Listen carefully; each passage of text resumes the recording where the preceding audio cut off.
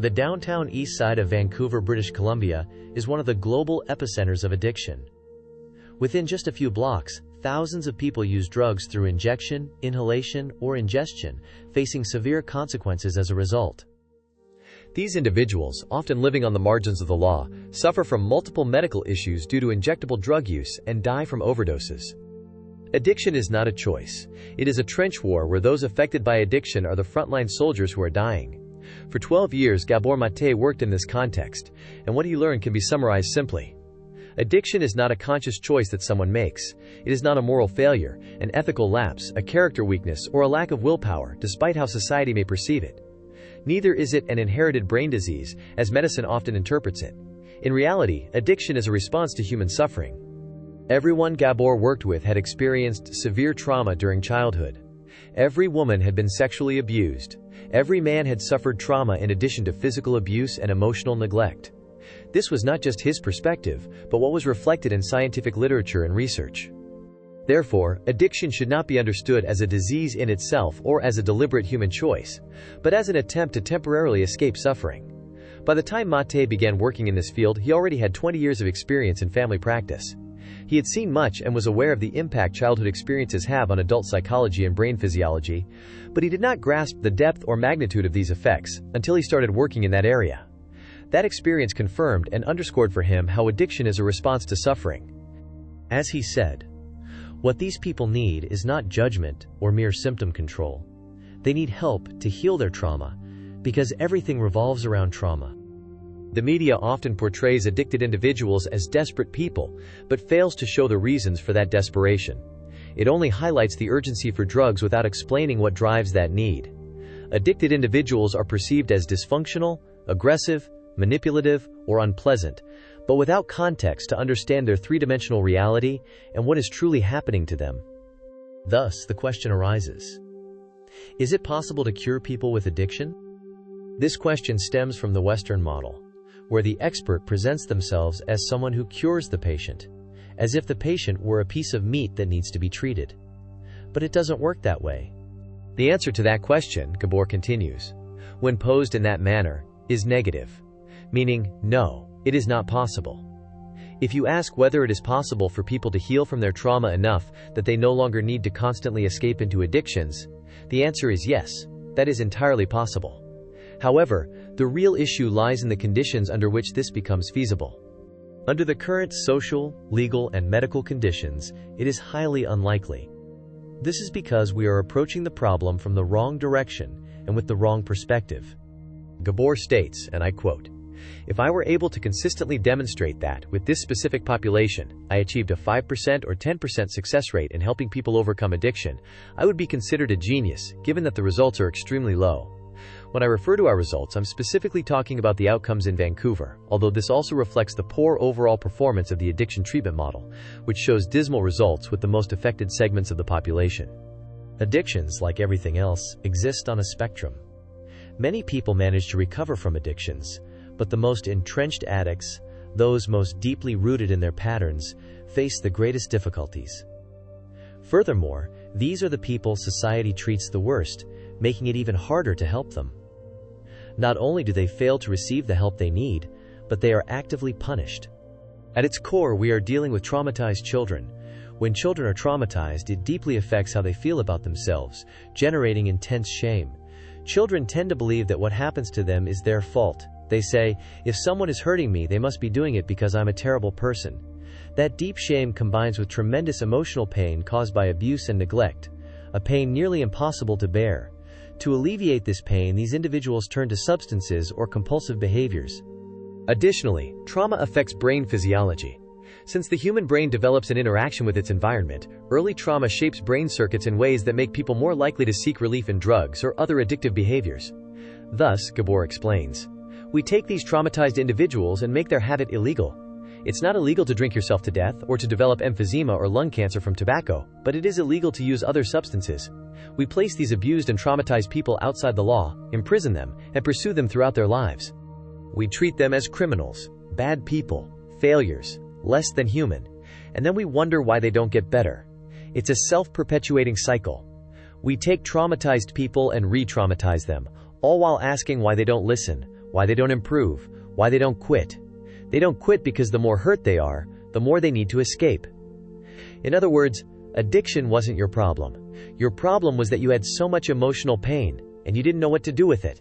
So, addiction was really an attempt to solve a problem. Why do people use substances? When you ask why people use substances or engage in addictions in general, it's because they have a problem they don't know how to handle. And if we truly understand their addiction, we need to ask, what caused you so much emotional pain, and why didn't you have the internal resources to cope with it? This isn't a judgment. It's simply an inquiry.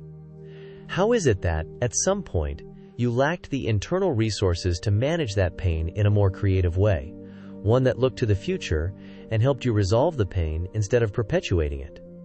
If you think about it, addiction initially emerged as a way to help you address a problem for which you had no other solutions at the time.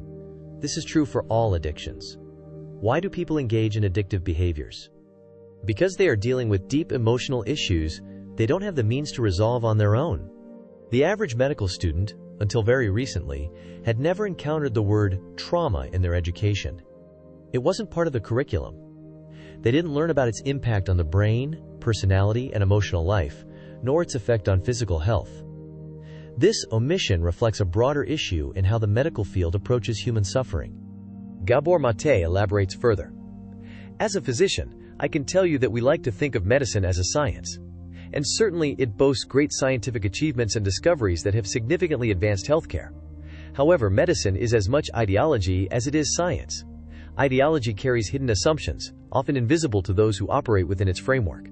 This isn't only true for physicians, it's equally true for many psychologists. They often focus on resolving your problems or getting you to overcome certain behaviors without asking, where does this behavior come from? What are you still carrying inside you that drives you to act this way? The goal should not only be to help people change their behavior, but to help them truly transform. That's what healing is, a process that takes place within the individual.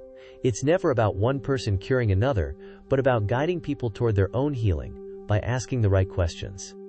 Carl Jung, one of the main founders of analytical psychology, played a pivotal role in the development of Alcoholics Anonymous.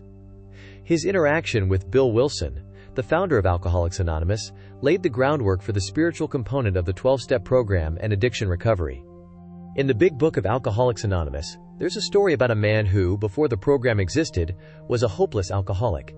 He had seen the best doctors in the world and, in desperation, traveled to Europe to consult Carl Jung, one of the most renowned psychologists of the time. Jung treated him, but eventually admitted that there was nothing more he could do. "You're a hopeless case," Jung told him. Hearing those words, the man felt as though the gates of hell had permanently closed around him. Desperate, he asked Jung, "Doctor, is there absolutely nothing I can do?" After a pause, Jung replied, "If I were you, I would surround myself with religious people. I've seen individuals like you recover, but only after undergoing a profound spiritual transformation, a complete psychic restructuring. That's what I tried to achieve with you, but I have not succeeded. The only thing I can suggest is to try religion." This man, Roland Hazard, returned to the United States after his treatment with Jung. He was a friend of Ebby Thatcher, who had managed to stay sober through an organization known as the Oxford Group. This group followed a series of religious principles, viewed as small steps, that helped members achieve sobriety. Ebby Thatcher, in turn, was a friend of Bill Wilson. One day, Ebby visited Bill, and, to Bill's surprise, he was sober. Intrigued, Bill asked, "How did you do it?" Ebby replied, "I found religion." The response initially discouraged Bill, as he was not interested in the idea of God. However, Ebby said something that made a crucial difference. "Since you're not interested in religion, why don't you choose your own conception of God?" Somehow, that became the starting point for what would later be the foundation of Alcoholics Anonymous. In 1961, Bill Wilson wrote a letter to Carl Jung, in which he expressed his desire to acknowledge the significant impact the psychologist had on Alcoholics Anonymous, something Jung probably hadn't anticipated. Bill told him about Roland Hazard and how those interactions were fundamental to the program's development. Jung responded immediately, saying, "I am very glad to hear this. I often wondered what had become of that man. There were so many things I wanted to tell him, But, as I mentioned then, how can we express such a profound understanding in language that is not comprehensible to our time? Jung had wanted to share certain thoughts with Roland, but feared he wouldn't understand or might think he was crazy. For that reason, Jung decided not to mention them at the time. However, he told Bill Wilson, "Indeed, Bill, I believe you are a bit more aware, and I think you can handle what I'm about to tell you." Jung then explained what he had truly wanted to convey to Roland, quoting, "I see alcoholism as a low-level equivalent of the spiritual thirst of our being for wholeness. Expressed in medieval terms, it would be union with God. But I couldn't say that to Roland. I didn't think he could understand it." Additionally, Jung shared a reflection on the meaning of the word alcohol. He explained that in Latin, alcohol translates to spiritus, a word also used to describe the highest religious experience. Thus, one word held two profoundly different meanings. Jung also mentioned that the term alcohol originates from the Arabic word al-kul, meaning spirit that consumes the body. Finally, Jung proposed what he considered the solution to alcoholism. The proper formula is, in fact, spiritus versus spiritum, which means the spirit against the ravages of the spirit. The ultimate remedy for this devastating poison is, in essence, the spiritual experience. Jung wrote that all parental difficulties leave a mark on a child's psyche, sometimes with pathological consequences. The Swiss psychologist emphasized that the influence of parents on a child's development and their susceptibility to addictions in adulthood should not be underestimated. He observed that a dysfunctional childhood, burdened by parental anger and abuse, suppresses the child's deep emotional pain and alters brain development, increasing the likelihood of addiction. Many substance addicts report self-medicating to ease their emotional pain.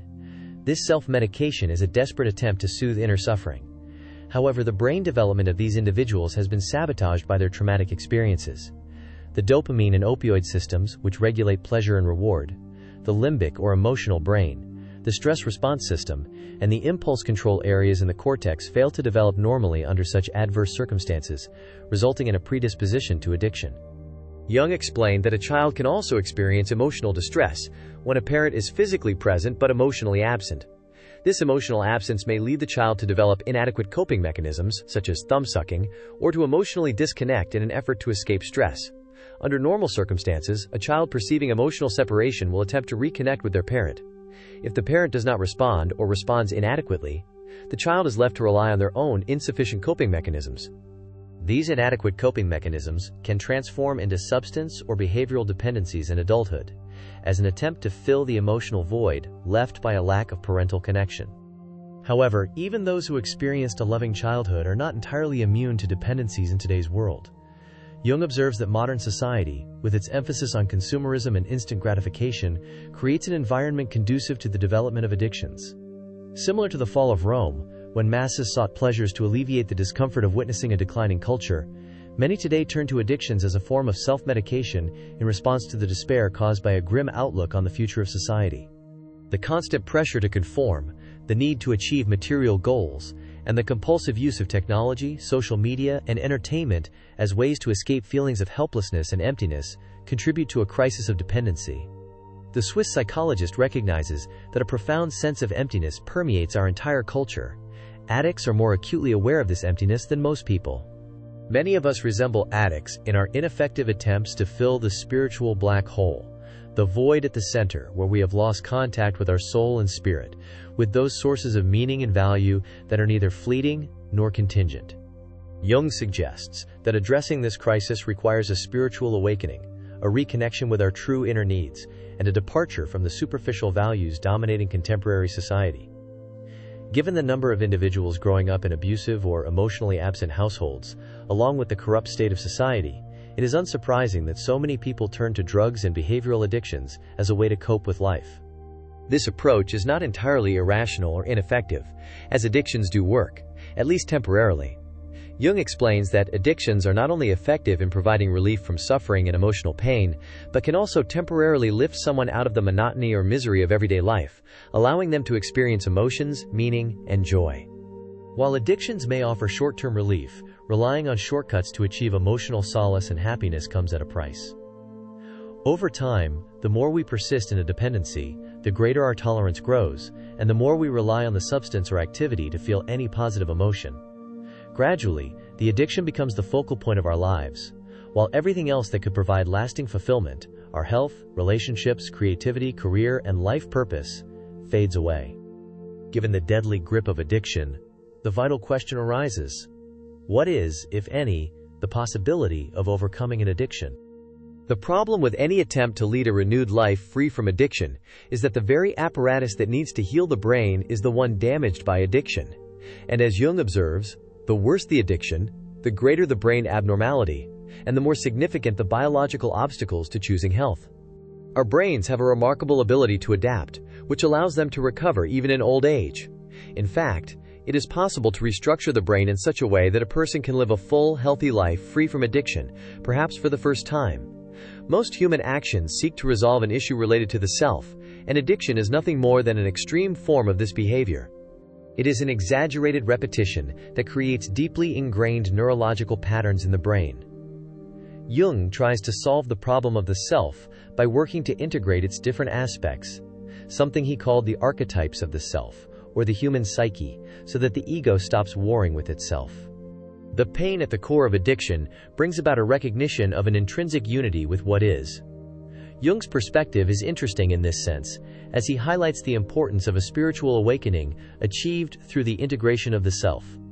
This suggests a total surrender to something greater than oneself, something larger than the illusory limitations forged by the mind. In its essence, addiction is simply a highly dysfunctional attempt to resolve a spiritual problem, a problem shared by the vast majority of people, whether or not they are addicted. As Gabor Maté observes, addiction is not a disease, it is a strategy for survival.